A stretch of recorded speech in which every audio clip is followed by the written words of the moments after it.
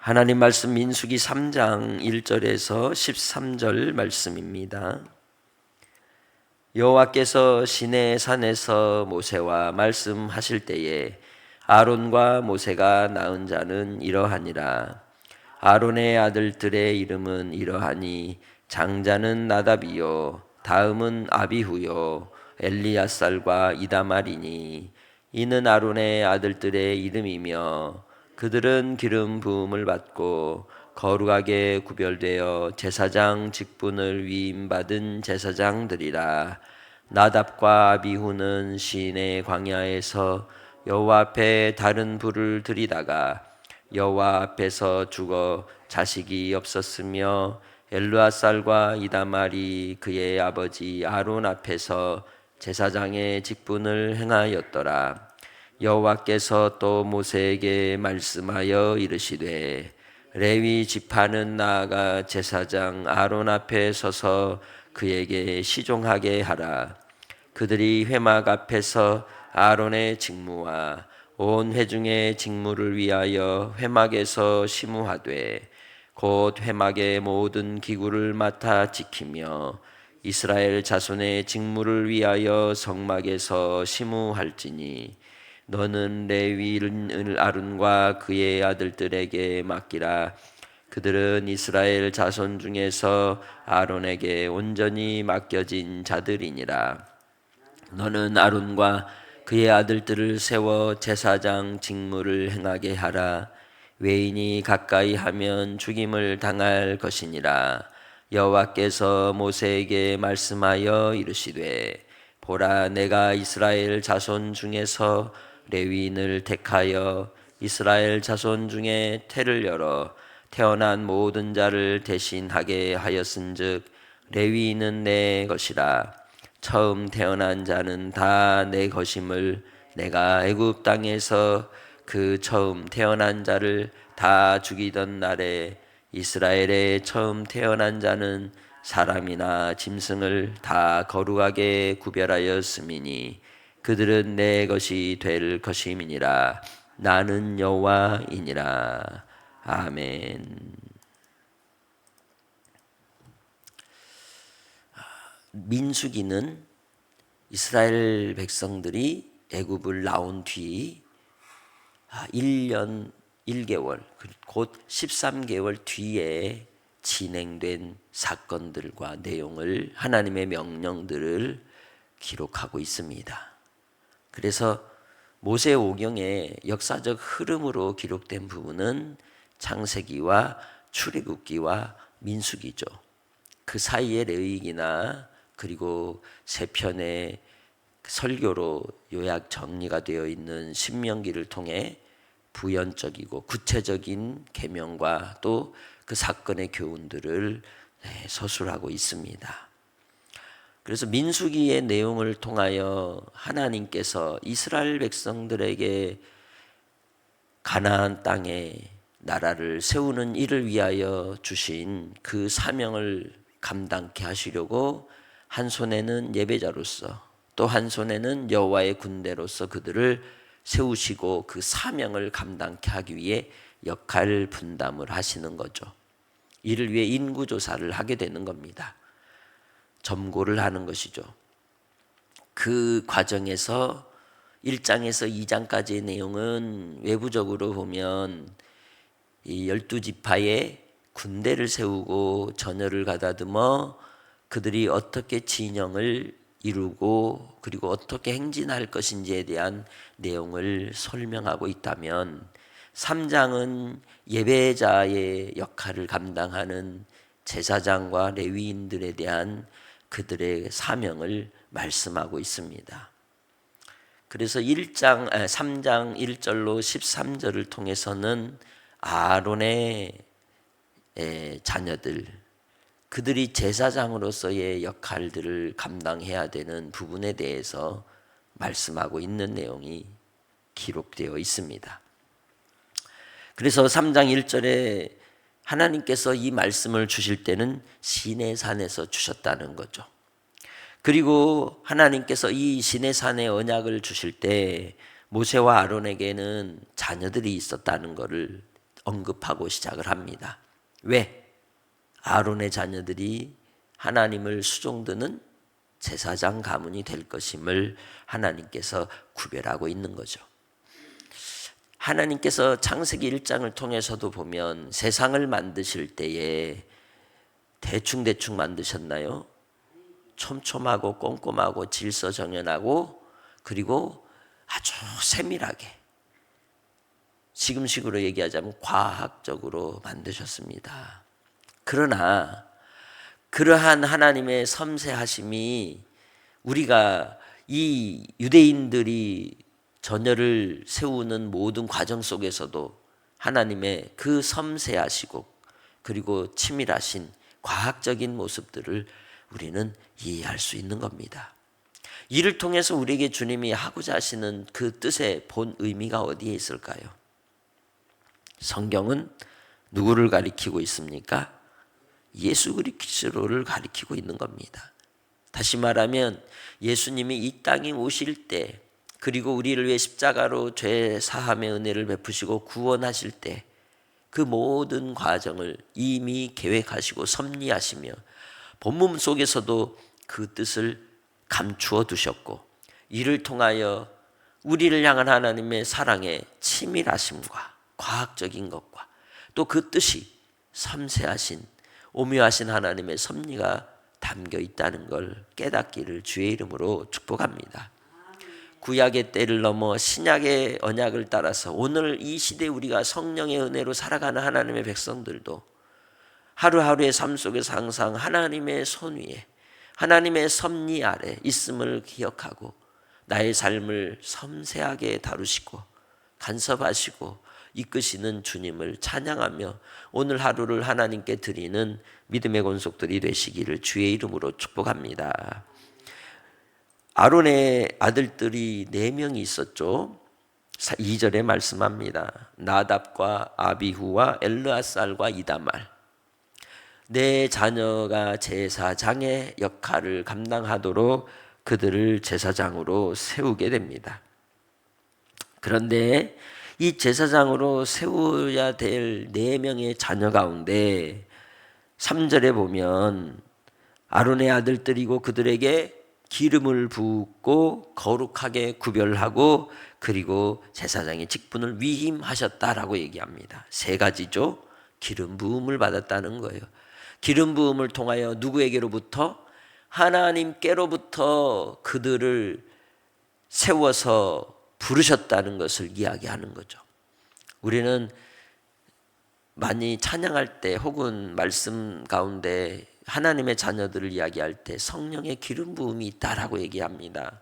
성령의 인치심을 이야기하는 겁니다. 너는 내 것이라고 하나님이 확인 도장을 찍는 것과 같이 이 제사장 직분을 감당하는 자에게 기름을 부으심으로 모든 백성에게 확인을 시키는 겁니다. 이는 하나님이 택한 자다라는 의미인 것이죠.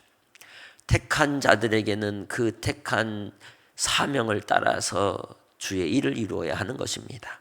2번째로 구별하셨다고 하는 것은 백성들 가운데 따로 세웠다는 것을 의미하는 겁니다. 마치 어둠 가운데 빛처럼 어둠과 빛이 구별이 되듯이 하나님께서 제사장들을 세울 때에 그 제사장의 위치에서의 사명과 그 일들, 역할들을 통하여 분명히 하나님께서 그들에게 맡겨준 일은 하나님을 섬기는 데만 있다는 것이죠. 그것이 바로 구별된 자의 삶의 태도인 것입니다. 그리고 위임했다는 게 뭡니까? 맡기셨다는 거죠. 청직이라는 겁니다. 하나님의 대리대사로서 하나님의 뜻을 대신 감당할 자로서 세움을 받았다는 겁니다. 그러기에 그들의 주인은 누구밖에 없어요? 세운 분이죠. 오직 하나님 그분만이 그들의 주인인 겁니다. 그러니 누구의 말을 들어야 됩니까? 하나님의 말씀을 듣고 하나님을 수종 들어야 하는 것입니다. 그것이 제사장을 세울 때에 동사로 나오는 이 3가지를 통하여 우리가 깨달을 수 있는 겁니다. 우리도 그렇습니다. 바로 예수 그리스도께서 이 땅에 오실 때에도 하나님께서 거룩하게 구별하시며 그리스도로 기름 부으시고 또한 하나님의 뜻을 부탁하시사 예수님이 이 땅에 오셔서 하신 모든 구속의 역사는 하나님의 일이라고 분명히 우리에게 가르쳐 주셨습니다. 예수 그리스도께서 영원한 대제사장이 되어서 이루실 일들을 바로 아론의 아들들을 통하여 보여주고 있는 겁니다. 우리를 향하신 하나님의 신실하신 사랑이 여기에 나타난다는 거죠. 또한 예수를 믿고 구원받아 살아가는 우리에게도 주님이 오늘 말씀하는 이 내용처럼 우리를 기름 부어 구별하시고 거룩하게 주님이 따로 떼어 놓으시고 그리고 또한 주의 뜻을 위임하여 거룩한 제사장 하나님의 나라로 그리고 하나님 앞에 택한 족속으로 쓰임받는 삶을 살아가야 할 줄로 믿습니다. 오직 우리의 주인도 하나님 아버지밖에 없음을 기억하시길 바랍니다. 그런데 문제는 나답과 아비후가 4절에 이야기하듯이 시내 광야에서 여호와 앞에 무엇을 했습니까? 다른 불을 들이다가 여호와 앞에서 죽어 자식이 없고 라고 이야기하고 있다는 거죠. 아론에게 비참한 슬픔이 가슴에 새겨져 있었습니다.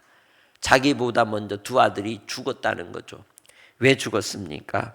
레위기 10장 1절로 2절 말씀을 통해서 보면 나답과 아비후가 술 먹고 맨정신 아닌 상태에서 하나님 앞에 이 성소에 들어가서 불에 담아서 향을 피울 때 구별된 불을 가지고 가지 않았다는 거예요. 분별력이 무너져 버렸다는 거죠. 구별된 행동, 또한 그것은 하나님이 명하신 것이 아닌 금지된 불을 가지고 갔다는 거예요. 우리는 하나님 앞에 예배하는 예배자로 살아갑니다. 그런데 우리는 예배를 참 소홀히 생각합니다. 쉽게 생각합니다. 신약 시대의 현대화된 시대 속에서 우리의 드려지는 예배의 모습들을 보면 너무도 편리해져 있죠. 그러나 중요한 것은 지금도 여전히 하나님은 예배에 구별된 우리의 태도를 주님은 원하신다는 겁니다.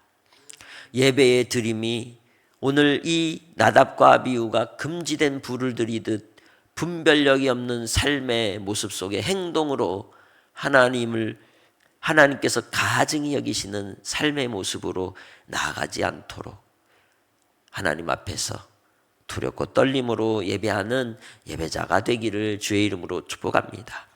그럴 때에 예배가 기쁨이 되고 위로가 되고 회복이 되고 은혜가 되는 거죠. 그러지 않으면 오히려 저주가 되는 겁니다.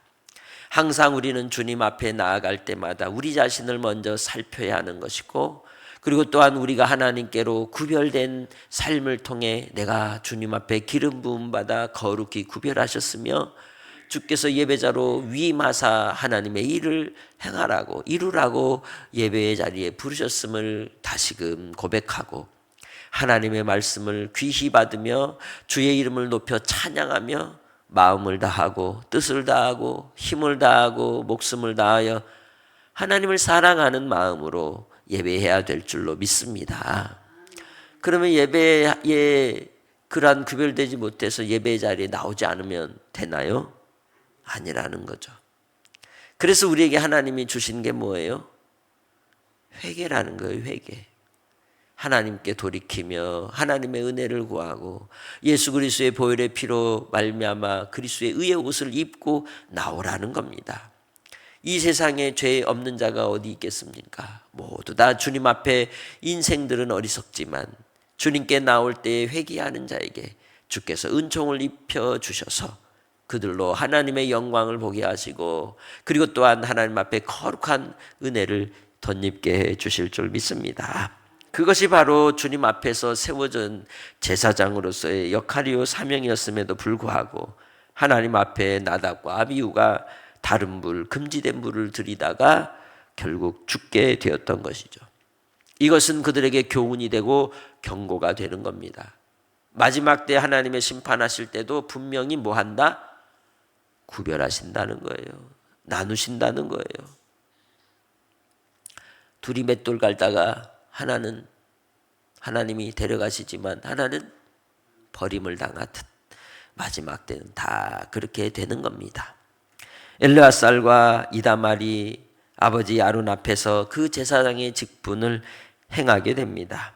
그들에게는 항상 그들의 형 나답과 아비후의 교훈을 생각하며 하나님께로 나아갈 때 오늘 내가 죽을지 라고 생각했겠죠. 그러나 하나님 앞에 하나님의 말씀의 가르침을 따라 살아가는 자에겐 그 심령의 자유함이 있는 겁니다. 하나님을 기쁨으로 섬기는 삶을 살 수 있게 되는 줄 믿습니다. 하나님께서 그리고 5절로부터 말씀을 통해서 모세에게 이르실 때에 레위 지파가 제사장 아론 앞에 서서 시종들 것을 말씀하고 있습니다. 레위 지파는 누구입니까? 바로 모세와 아론의 가문을 이야기하는 거죠. 그 집안의 그 레위에 속한 지파의 사람들이 해야 될 일들을 말씀합니다. 회막 앞에서 아론의 직무와 온 회중의 직무를 위하여 회막에서 심우하라고 이야기합니다. 회막은 곧 증거막, 여호와의 임재하시는 증거궤가 있는 성막을 이야기하는 것이죠. 하나님을 예배하는 일을 위하여 수종들라고 말씀하고 있는 겁니다. 그래서 그들은 회막의 모든 기구를 맡아 지키고 또 이스라엘 자손의 직무를 위해서 성막에서 심우하며 그리고 바로 아론과 그의 아들들에게 맡겨진 그 제사장들에게 레위인을 맡긴다라고 9절에 말씀하죠. 그 맡기라고 하는 말씀이 무슨 뜻일까요? 그게 위임입니다. 위임한다고 하는 것은 바로 예수님이 베드로에게 21장에 보면 요한복음 21장에 내 양을 먹이라, 내 양을 치라, 내 양을 먹이라 하셨던 말씀처럼 누구의 양이에요? 주님의 양이에요.